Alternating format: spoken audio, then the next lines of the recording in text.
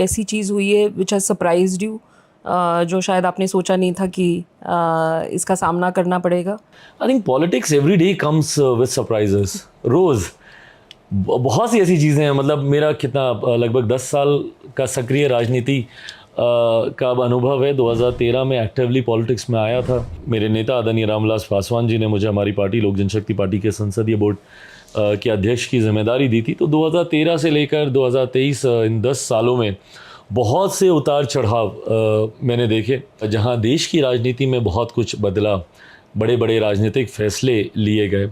जहां वो फैसले सरप्राइज़ करते हैं तो वहीं कई ऐसी चीज़ें राजनीति में हुई जिसकी अपेक्षा भी मैंने नहीं की थी। मेरे पिता के निधन के बाद सिर्फ राजनीतिक लाभ के लिए मेरे परिवार का टूटना, मेरी पार्टी का टूटना, मेरी पार्टी का सिंबल जो कि बचपन से मैं देखता आया उसका फ्रीज़ हो जाना, तो वो व्यक्तिगत स्तर पर हो, पार्टी के स्तर पर हो या राजनीतिक स्तर पर, we have a strong prime minister in our country taking bold decisions. तो वो चीज़ें भी बहुत सरप्राइज़ करती हैं। बचपन से हम लोग राम मंदिर का मुद्दा सुनते थे, उस पर एक क्लैरिटी का आना, या धारा 370 जैसे बड़े बड़े विवादित मुद्दे हों उसका सरलता से सॉर्ट आउट उसको कर देना। तो मुझे लगता है पॉलिटिक्स में रोज़ सरप्राइजेस हैं, और जब तक आप राजनीति में रहेंगे हर दिन एक नया दिन और एक नई चुनौतियों के साथ ही आएगा। प्रधानमंत्री जी की आपने बात की, प्रधानमंत्री मोदी से आप पहली बार कब मिले थे? शायद बचपन में मिले होंगे।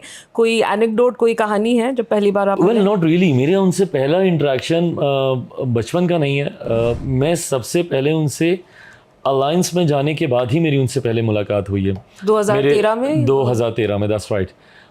मेरे पिताजी की ज़रूर उनसे मुलाकातें होती रही हैं, बट कभी वो मौका नहीं मिला कि बचपन में कभी मैं उनसे मिला रहा हूँ। बट 2013 की, और वो बहुत इंटरेस्टिंग मुलाकात थी बिकॉज माई फादर वो पूरी तरीके से एनडीए से अलग थे और यूपीए का उस वक्त वो हिस्सा थे, और वो बहुत क्लियर थे इस बात को लेकर कि वो एनडीए में नहीं जाना चाहते हैं। ऐसे में उनका एनडीए में जाना उस वक्त 2013-14 के अगर आप आर्काइव्स निकाल के देखेंगे तो बहुत बड़ी खबर थी ये, बिकॉज किसी ने सोचा नहीं था कि ये एनडीए का हिस्सा होंगे। मैं उतना ही हेड स्ट्रॉन्ग था कि हम लोग को एनडीए के साथ जाना चाहिए, और मैं आज के प्रधानमंत्री और उस वक्त के प्रधानमंत्री पद के दावेदार आदरणीय नरेंद्र मोदी जी के विचारों से, उनके विजन से बहुत ज़्यादा मैं इम्प्रेस था।